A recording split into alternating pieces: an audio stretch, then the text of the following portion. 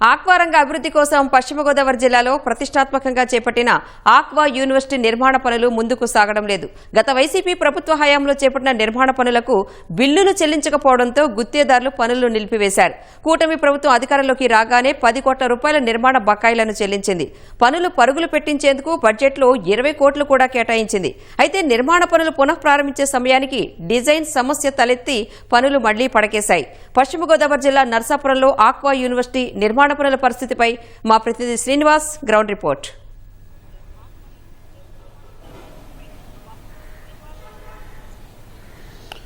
Thank you Rani. రాష్ట్రంలో aqua రంగం ఇప్పుడిప్పుడే పెరుగుతుంది. ప్రధానంగా గోదావరి జిల్లాలో ఆక్వా అనేది పెద్ద మొత్తంలో సాగవుతుంది. ఈ ఆక్వా అభివృద్ధికి సంబంధించి ఆక్వా యూనివర్సిటీ ఒకటి ఏర్పాటు చేస్తే ఆక్వా రంగానికి మరింత ఊతమిచ్చే అవకాశం ఉందని అంటూ కూడా గతం నుంచి కూడా ఆక్వా యూనివర్సిటీ కోసం రైతులు అలాగే చాలామంది కూడా ఈ రాష్ట్రానికి ఆక్వా యూనివర్సిటీ కావాలంటూ కూడా డిమాండ్ చేస్తున్నారు. ఇందులో భాగంగా రాష్ట్ర విభజన సమయంలో ఆంధ్రప్రదేశ్కి ఈ ఆక్వా యూనివర్సిటీ అనేది రావడం జరిగింది. దేశంలో దాదాపు 5 ప్రాంతాల్లో ఆక్వా యూనివర్సిటీలు ఉండగా ఈ దక్షిణ భారతదేశంలో మాత్రం కేరళ, ఆ తర్వాత ఆంధ్రప్రదేశ్లో మాత్రమే ఈ ఆక్వా యూనివర్సిటీ అనేది ఏర్పాటు చేయడం జరిగింది. దాదాపు ఎందుకంటే 2014-19 మధ్యకాలంలో టీడీపీ హయాంలోనే ఈ ఆక్వా యూనివర్సిటీ ఏర్పాటుకు అంకురార్పణ జరిగింది. తర్వాత ప్రభుత్వం మారడంతో ఈ ఆక్వా యూనివర్సిటీ అనేది ప్రస్తుతం పశ్చిమ గోదావరి జిల్లా నరసాపురం లిఖితపూడి వద్ద ఈ ఆక్వా యూనివర్సిటీని ఏర్పాటు చేయడం జరిగింది. దాదాపు ఈ ఆక్వా యూనివర్సిటీ కోసం 40 ఎకరాలను కేటాయించడం జరిగింది.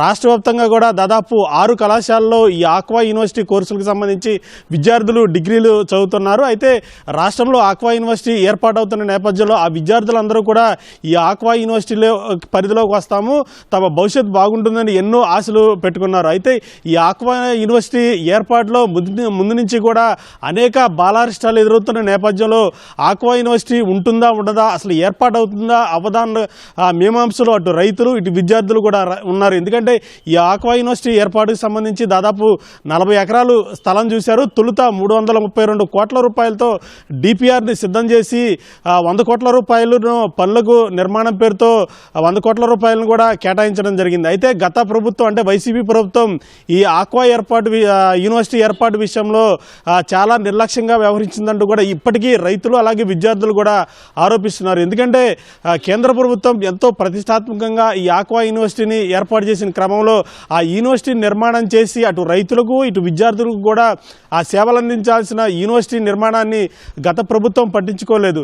ఎందుకంటే గత 2019లో అధికారంలోకి వచ్చిన వైసీపీ ప్రభుత్వం యూనివర్సిటీ నిర్మాణాన్ని నత్తనడకన చేపట్టడంతో ఇప్పటికీ కూడా యూనివర్సిటీ భవనాలు బేస్మెంట్ స్థాయి దాటలేదంటే పరిస్థితి ఎలా ఉందో అర్థం చేసుకోవచ్చు. అసలు యూనివర్సిటీ అనేది ఉంటుందా ఉండదా అన్న కూడా విద్యార్థులు ఆందోళన వ్యక్తం చేస్తున్నారు. ఇప్పటికీ కూడా కూటమి ప్రభుత్వం అధికారంలోకి వచ్చిన తర్వాత ఆక్వా యూనివర్సిటీని నిర్మాణాన్ని పూర్తి చేసి విద్యార్థులకు అలాగే రైతులకు అందుబాటులోకి తీసుకొచ్చేందుకు చర్యలు చేపట్టింది. గత ప్రభుత్వ హయాంలో ఏదైతే ఆక్వా యూనివర్సిటీ నిర్మాణానికి సంబంధించి గుత్తేదారుకి బిల్లులు చెల్లించకపోవడంతో గుత్తేదారు పనులను ఆపేసి వెళ్ళిపోయిన పరిస్థితి ఉంది. ప్రస్తుతం కూటమి ప్రభుత్వం అధికారంలోకి వచ్చిన తర్వాత పెండింగ్ బకాయిలు ఏవైతే ఉన్నదో 10 కోట్ల రూపాయలు గుత్తేదారుకి చెల్లించడంతో పనులు మొదలవుతాయంటూ కూడా కొంత ప్రచారం అయితే జరిగింది. ఇందుకు సంబంధించి ఆ పనులు ఇంకా ముందుకు తీసుకెళ్లేందుకు కూటమి ప్రభుత్వం 20 కోట్ల రూపాయలను కూడా కేటాయించడం జరిగింది. అయితే ప్రస్తుతం ఈ యూనివర్సిటీ నిర్మాణానికి సంబంధించి కొంత డిజైన్లను మార్చాలంటూ కూడా ప్రతిపాదనలు రావడంతో పనులు అనేవి తాత్కాలికంగా నిలుపుదల చేయడం జరిగింది. ఈ యూనివర్సిటీ కనుక అందుబాటులోకి వస్తే అటు రైతులకు అలాగే విద్యార్థులకు కూడా ఎంతో ఉపయోగకరంగా ఉంటుంది. ఎందుకంటే ఆక్వా రంగానికి సంబంధించి ఉభయ గోదావరి జిల్లాలే కీలకంగా ఉన్నాయి. వేలాది హెక్టార్లో ఈ ఆక్వా సాగు అనేది జరుగుతుంది. ఆక్వా రంగంలో మెళుకువలు కావచ్చు, లేకపోతే రైతులకు సలహాలు సూచనలు, అలాగే చేపలు రొయ్యల పిల్లల పెంపకం, అలాగే ఫీడ్కి సంబంధించి అనేక విషయాలు విద్యార్థులు వీటి మీద పరిశోధనలు చేసి ఆక్వా రంగంలో రైతులకు సలహాలు సూచనలు ఇస్తే ఆక్వా రంగం అనేది ఇంకా ముందుకు వెళ్ళే అవకాశం అయితే ఉంది. అయితే ఈ పనులకు సంబంధించి కొంత సందిగ్ధత నెలకొన్న నేపథ్యంలో కూటమి ప్రభుత్వం ఈ ఆక్వా యూనివర్సిటీ పనులను మరింత ముందుకు తీసుకెళ్లే విధంగా చర్యలు చేపట్టాలంటూ కూడా అటు రైతులు అలాగే విద్యార్థులు కూడా కోరుతున్నారు. ప్రస్తుతం ఈ ఆక్వా యూనివర్సిటీ అనేది నరసాపురంలో ఒక తాత్కాలిక బిల్డింగ్లో అనేది అయితే ప్రస్తుతం ఆక్వా యూనివర్సిటీ అనేది నడుస్తుంది. మౌలిక సదుపాయాలు లేక విద్యార్థులు ఈ ఆక్వా యూనివర్సిటీలో చేరేందుకు కూడా కొంత అనాసక్తి చూపిస్తున్నారు. ఎందుకంటే ఏ విద్యార్థి అయినా చదువుకోవాలంటే అందుకు సంబంధించిన క్లాస్ రూములు అలాగే ల్యాబ్లు ఇటువంటివన్నీ కూడా అవసరమవుతుంది. ప్రస్తుతం ఈ యూనివర్సిటీకి సంబంధించి ఎటువంటి ఫెసిలిటీస్ లేకపోవడంతో యూనివర్సిటీలో చదువుకునేందుకు విద్యార్థులు కూడా కొంత వెనకడుగు వేస్తున్నారు.